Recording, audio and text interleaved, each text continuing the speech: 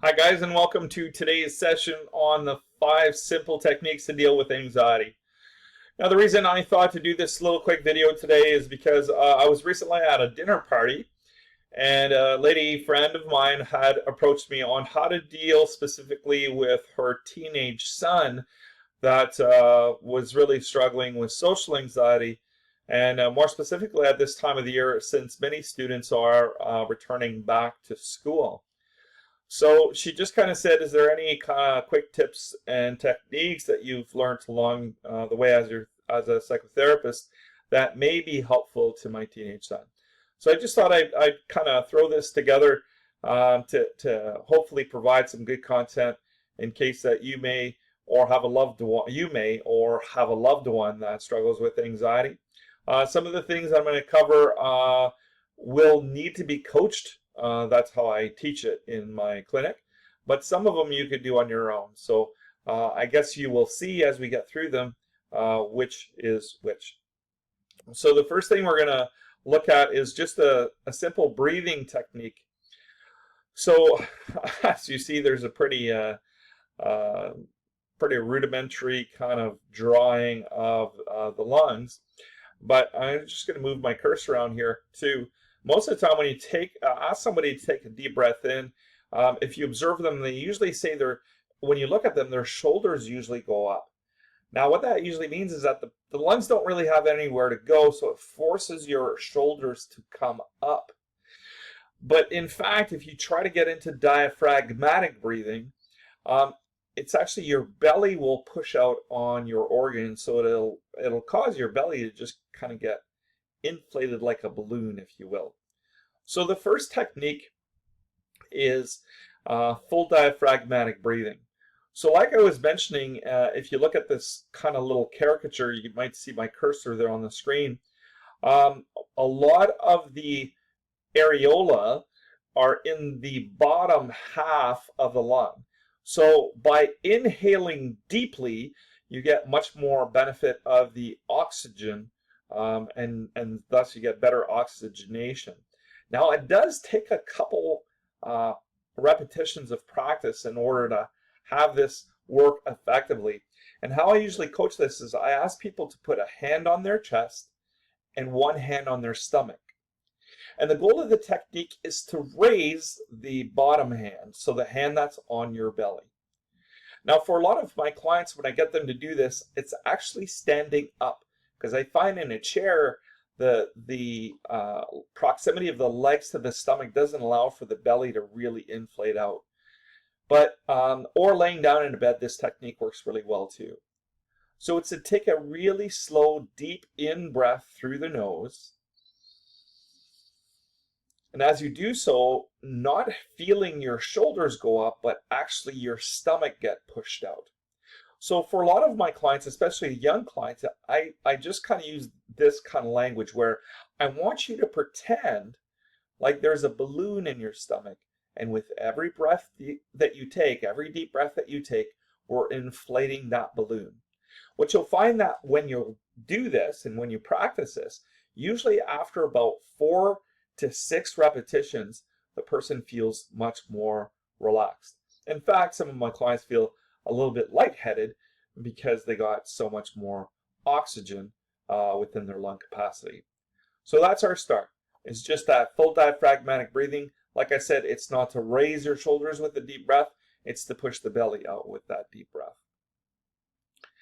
The second technique is I want you to be able to find a focal point that's above horizon. So the camera right now for me is right at horizon. So what I want to do is just slightly above horizon. So if you look at my eyes on camera, hopefully you can see that, it's just slightly above where the camera is. So as I focus on that elevated point, I keep my eyes on that elevated point and I do what's called square breathing. And square breathing is pretty simple. You take an in breath for 5, you hold for 5, you breathe out for a 5 count, and then you breathe normal for about 5 seconds. Now when I'm coaching someone in doing this, so if you're teaching this to a friend or you're having a friend being able to help you when you're in a more stressed state or a panic state, the most important things for them to do is to create an auditory sound of the in-breath. Because a lot of people will use very glib language like, oh, you're panicking, just breathe. Well, obviously, if the person could do that, they wouldn't need your help. So it's much more useful to kind of forcefully have them hear and match your in-breath. So how it works is simply like this. So you count them down. So if you're coaching a friend, you say, okay, in 3, 2, 1, breathe in and hold and out for 5. Good. And then breathe normal. Again, by doing, I feel just more calm and relaxed doing it just now. But as you do that for about 5 to 10 repetitions, the person will feel much calmer. Again, it's always keeping in mind here of that focal point. So the point above the eyes, and then you focus on the square breathing. So again, with their eyes up, you can say we're going to start in 3, 2, 1, breath in, and hold, and out. And breathe normal. So again, you try that with the person for about 3 to 5 repetitions. Now you'll see that technique 2 through 4, so the next 2 slides in addition to that one, always focuses on that square box breathing. So it's the first graphic you'll see on the next slide. Now with this next technique, I'm just going to move my screen a little bit over here so it's more useful. There we go. So it's the use of a modulator.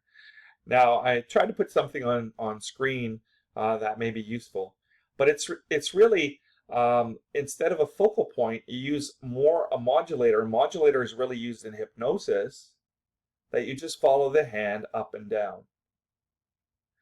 So again, it's to you use the same techniques as we did before. So at the count of 3, you're going to follow my hand up. At the top, we're going to do our pause for 5 seconds, and then we're going to slowly exhale for 5 seconds. Again, if you're the coach here in this perspective, the friend, the coach, the helper, make sure to accentuate your breath on the in and on the out. So this is how it would work. So in 3, 2, 1, breathe in and hold. 1, 2, 3, 4, 5, and out. And breathe normal. So that's why you see the graphic on the screen of having your hand go up and down. Again, about 4 to 10 repetitions. I usually like to do it with about 5 repetitions with my clients, and they usually say that they feel so much more calm and relaxed after doing this just for a few quick, brief moments. Now the next technique is also very helper-oriented. And the difference is here we're going to still be using the modulator, but here the helper will have the modulator clasp their hand so that they follow together. So it'll look like this. Of course, I'm holding my own hand, but you kind of get the idea. So in 3, 2, 1, breathe in and hold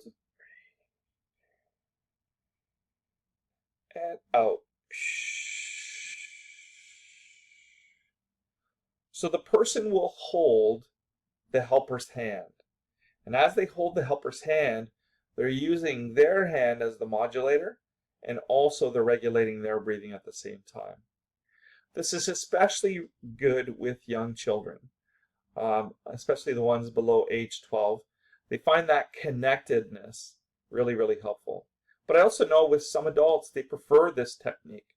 So the reason I give you several is because you can mix and match. Obviously, if you have a helper around, a significant other, a family member, they can kind of help you when you're really struggling. Also, there's a couple of the techniques like the focal point and that kind of stuff, and the visualization techniques we're going to look at next that you can do on your own, so it's not necessary to have somebody there. And the very last technique is the use of visualizations. So here, one of the visualizations that I like using is a visualization of the horse. So as the person is breathing, I just get them to notice the in breath, the coolness of the in breath, and the warmth of the out breath. And as they do that, I get them to physically imagine stroking a horse. So between the nose, or between the nostrils, up the bridge of the nose, into the mane, down the back. Notice the muscles of the legs and the bristleness of the tail. And they do that fluid motion with their hand.